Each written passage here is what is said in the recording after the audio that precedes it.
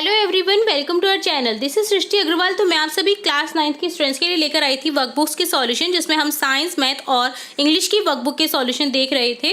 तो इससे पहले हमने सब्जेक्ट साइंस का बेस लाइन असेसमेंट देखा था। तो अगर आपने नहीं देखा है तो आप हमारे चैनल की प्लेलिस्ट से चेकआउट कर सकते हैं। यहाँ पर हम देखेंगे वर्कशीट फर्स्ट कार्यपत्र 1 का सॉल्यूशन। तो यहाँ पर क्वेश्चन फर्स्ट है, प्रकृति में कौन कौन से पंचतत्व हैं? पंचतत्व हैं वायु, पृथ्वी, अग्नि, जल व आकाश, जिससे मिलकर के किसी भी मनुष्य का निर्माण हुआ है। पदार्थ के कण कौन सी ऊर्जा के कारण गतिशील होते हैं? गतिज ऊर्जा के कारण। थर्ड क्वेश्चन है, कमरे के एक कोने में अगरबत्ती जलाने पर पूरे कमरे में सुगंध का फैलना कौन सी प्रक्रिया का उदाहरण है? विसरण। पदार्थ अत्यंत छोटे छोटे किससे मिलकर बना होता है? कणों से मिलकर के। कणों से मिलकर के कोई भी पदार्थ का निर्माण होता है। फिफ्थ क्वेश्चन है, अवसादन से आप क्या समझते हैं? किसी तरल में उपस्थित कणों का जमीन पर आकर बैठ जाना अवसादन कहलाता है। जब भी आप जल में किसी चीज को मिलाएंगे तो आप देखेंगे जो कण है वो नीचे की ओर ठहर जाते हैं, ऊपर ऊपर जल रहता है। तो ये क्या होता है? अवसादन। आटे में उपस्थित सूक्ष्म अशुद्धियों को छलनी से छानकर पृथक किया जाता है। पृथक्करण की इस विधि को किस नाम से जाना जाता है? हसत चयन विधि या हस्त चयन विधि भी बोल सकते हैं। 7 क्वेश्चन है, पदार्थों के पृथक्करण की निष्पादन विधि से आप, यहाँ पर निष्पादन है, निष्पादन विधि से आप क्या समझते हैं? अपने शब्दों में लिखिए। किसी मिश्रण से अवयवों को पृथक करने की विधि को निष्पादन कहते हैं। कोई मिश्रण है जिसमें से आप उन मुख्य जो अवयव है उनको अलग कर रहे हैं, तो वो क्या कहलाता है? निष्पादन। तो ये डन होता है आपका वर्कशीट फर्स्ट का सॉल्यूशन। उम्मीद है आपको सभी क्वेश्चन के आंसर अच्छे से समझ आए होंगे। फिर भी कोई डाउट रहता है तो आप कमेंट बॉक्स में कमेंट करके पूछ सकते हैं। अब हम देखेंगे वर्कशीट सेकंड का सॉल्यूशन, कार्यपत्रक 2 का सॉल्यूशन।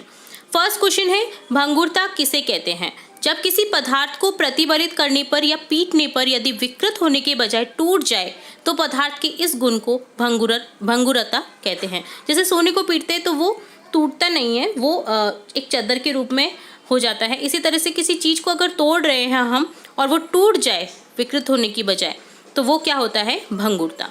ड्राइवर सीट बेल्ट में पदार्थ के कौन से गुण का उपयोग किया जाता है?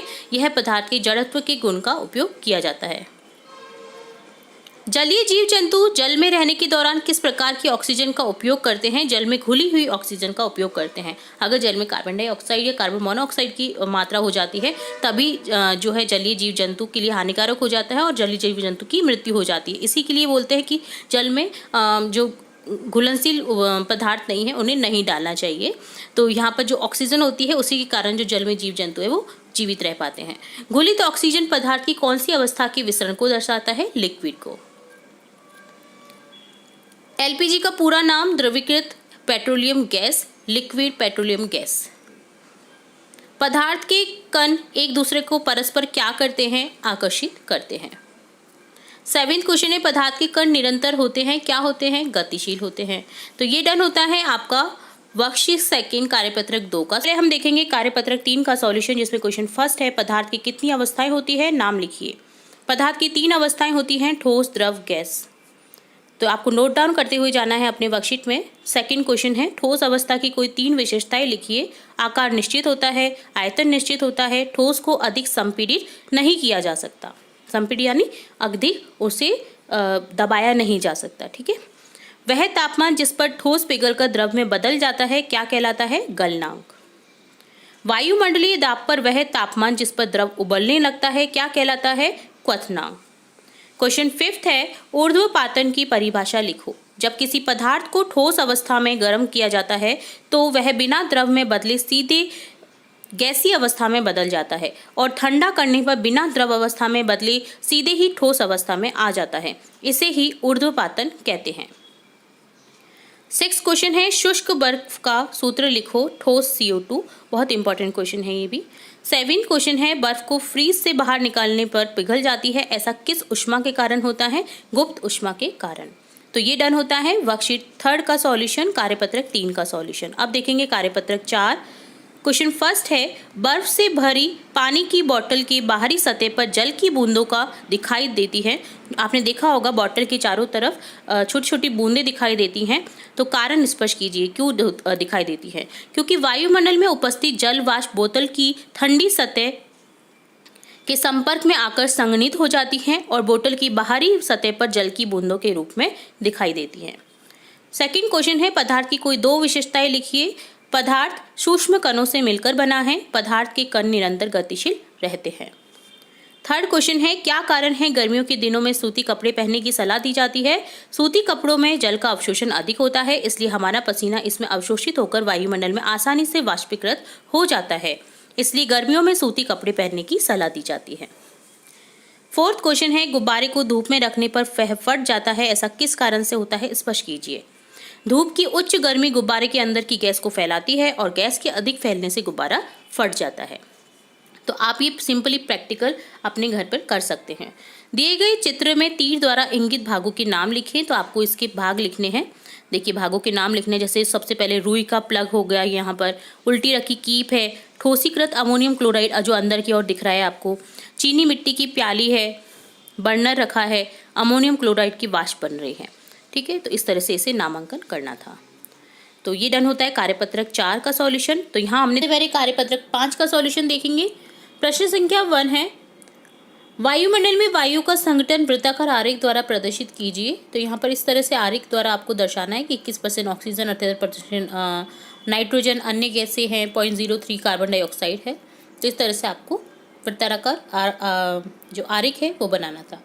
मिश्रण की परिभाषा लिखिए। 2 या 2 से अधिक शुद्ध तत्वों और यौगिकों के मिलने से मिश्रण बनता है। थर्ड क्वेश्चन है समांगी एवं विषमांगी मिश्रण की छंटनी कीजिए।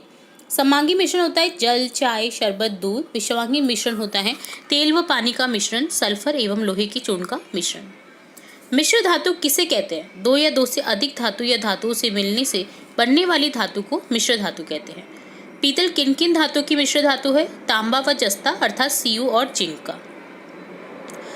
तो ये डन होता है कार्यपत्रक 5 का सॉल्यूशन। अब देखेंगे कार्यपत्रक 6 का सॉल्यूशन, जिसमें क्वेश्चन फर्स्ट है विलयन बराबर आपको क्या लिखना है, इसका बताना है कि किस तरह से टूटेगा। उपरोक्त अभिक्रिया को पूरा कीजिए। विलयन से बनेगा विलय धन विलायक। सेकंड क्वेश्चन है टिंचर आयोडीन विलयन में विलय एवं विलायक को पहचानिए। आयोडीन में होगा विलय, एथिल एल्कोहल में होगा विलायक। विलयन किसे कहते हैं? 2 या 2 से अधिक पदार्थों के समांगी मिश्रण को विलयन कहते हैं। एक विलयन के 320 ग्राम विलायक जल में 40 ग्राम साधारण नमक मिले है। विलयन की सांद्रता का परिकलन कीजिए। विलयन की सांद्रता हो जाएगी परसेंटेज में विलय धन विलय अपॉन विलयन इंटू 100। तो ये फॉर्मूला है सांद्रता निकालने का। तो देखिए यहाँ पर विलय 40 ग्राम है, विलयन है 320 प्लस 40 ग्राम। ठीक है, दोनों को जोड़ देंगे, यहाँ पर 360 ग्राम हो जाएगा टोटल।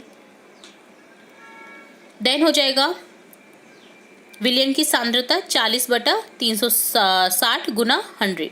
तो यहाँ 100/9 जिसको निकाल के हम प्राप्त होगा विलयन की सांद्रता 11.1%। क्वेश्चन फिफ्थ है विलयन के गुणधर्म लिखिए। विलयन एक समांगी मिश्रण है। विलयन के कण अत्यधिक छोटे होते हैं, इसलिए वे आंखों से नजर नहीं आते हैं। अपने छोटे आकार के कारण विलयन के कण गुजर रही प्रकाशीय किरणों को नहीं फैलाते हैं। तो ये डन होता है कार्यपत्रक 6 का सॉल्यूशन। तो यहाँ हमने देखा